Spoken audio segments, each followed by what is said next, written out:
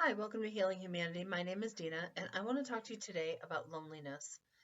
So, there's an extreme epidemic that has happened since COVID-19 um, across across the globe, but specifically, very much so here in America.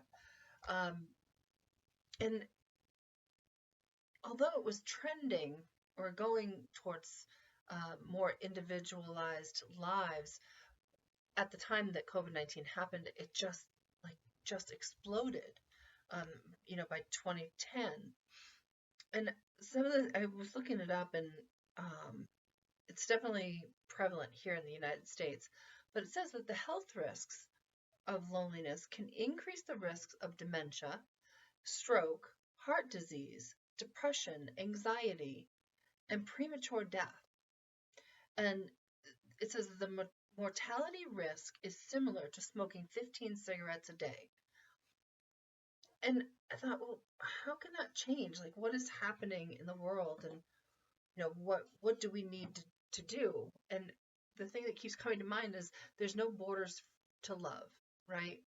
We have to choose something different. If we want something different, we have to choose something different. We have to say yes to opportunities, and we have to actually seek ways to make opportunities in our lives. The thing that scares me about it, though, is our children or our children's children, in my particular case, they don't know what it's like to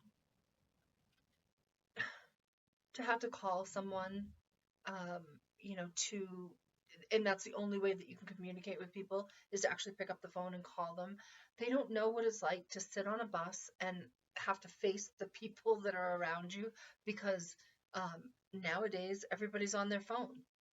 They don't know what it's like to go to an airport and actually strike up a conversation with a stranger. A lot of our children or our children's children don't know how to do that. And that is what's causing this extreme loneliness for everyone in our country. And I think it's easier, the older we get, I think it's easier for folks my age to disengage, especially like for myself, I moved a few different times, right? And that move, um, I was in areas that are very transient, and no matter how beautiful these places are and no matter how welcoming the area is, in general, the people were not welcoming at all. Not initially. Um, in some cases, you have to sort of dive in and make yourself known to be able to engage with people in an intellectual and emotional way. Because in transient areas where people, and I mean transient being like resort communities, things like that. So I've traveled around, and I've gone to a couple of these communities, and it's sad for these people because there's a ton of really great people, but they don't realize just how standoffish they've become, maybe, or if they do know, maybe they're peaceful with it. I don't know, but it's a different way of living, and it's not something that it, like the lines of friendship are completely blurred. I think a lot of people are not looking for those lifetime friends. When you get to a certain age, that sort of goes out the window. And but there's just no borders on love, and that just keeps coming back to me. But there's also no limits on healing, and that's something that I think that we as a culture need to be focused on. We need to be focused on the love. We need to be focused on the healing. Not if it's not for ourselves, it has to be for our younger generations. They are suffering and they don't even know it. And that's the saddest part. And what scares me the most about that is that you are controllable if you are alone. Typically, most people. I'm not, but most people are because they'll go, in a desperate need, they'll go where the people are leading, right? So you have to be really careful and really um, alert and aware of who you're engaging with and why you're engaging with them. Is it out of desperation or is it out of, you know, a true interest and a true connection with people. You just have to really be careful. But the thing is that the deeper the loneliness becomes in our country, the the the more it becomes a a natural norm for people, especially the younger generation, the easier that they will be to control. And that's not something we want in this world. We want individualism, yes, but we don't want people who can't think for themselves, who don't know how to engage with others, who don't know how to sit down at a table and have a decent conversation. It's really important to engage with others. It's really important to be able to sit around a table and enjoy the conversation that is around you, or um, to be able to offer information while you're there. We spend so much time, a lot of us, scrolling on social media, or um, you know, just disengaged, that we're not we're not feeding our knowledge base, to increase our knowledge base. We are not l- learning how to interact with people. So I just think that the future for the country is um, just a little scary for me. I think it's time that we start, allowing our children and pushing our children to engage with people in a different way than they have been. I'm not saying that we have to get rid of cell phones altogether. No, it's convenient and it's easy, um, but I think they need to be taught how to talk, how to communicate, how to listen, even, um, because the divisions are so great. We have some great communicators, some great listeners, and yet we have a far the other side where it's definitely not like that at all. And it's not maybe it's some socioeconomic um, issues, and some, but the I think mostly it's just the way that the world has turned, especially since 2010. And I think we really need to start working on that.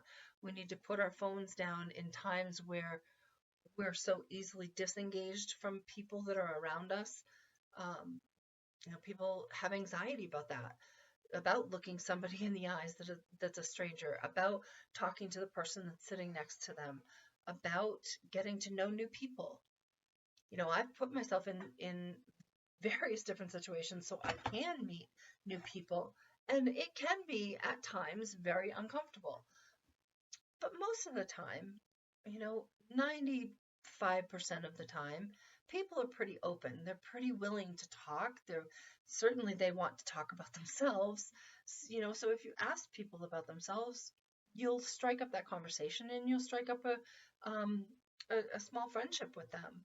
And that's what I think that would help with the loneliness. To you know Tony Robbins said something recently. I heard him talking about this. He's said it before, I guess, over the years, but he doesn't believe in, like, I'm not going to say it like he does, I guess, but he doesn't believe in just um, washing away, like, the things that are bad in our lives.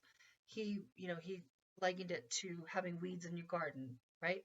You have weeds in your garden, you're not just going to let them grow and fester and take over all of your good vegetables and all of your good flowers.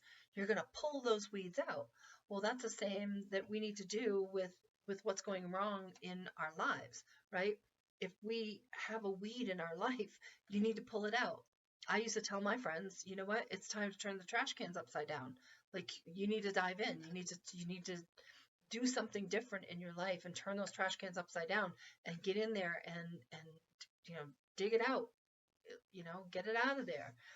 And we don't want to keep the weeds in our life. And I think weeds some of it is loneliness.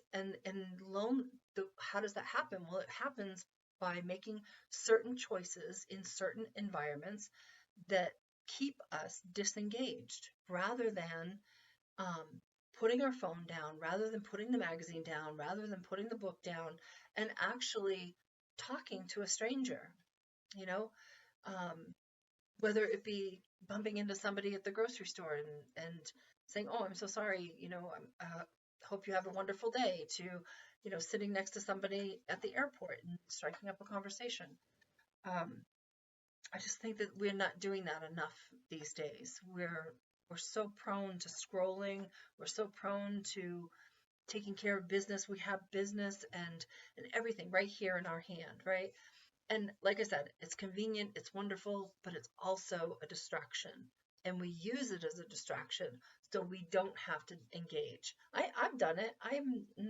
Not any different than you are, but I have at other times forced myself into situations that don't allow me to cover myself up, that don't allow me um, to ignore those that are around me, that I'm forced to have to engage with them.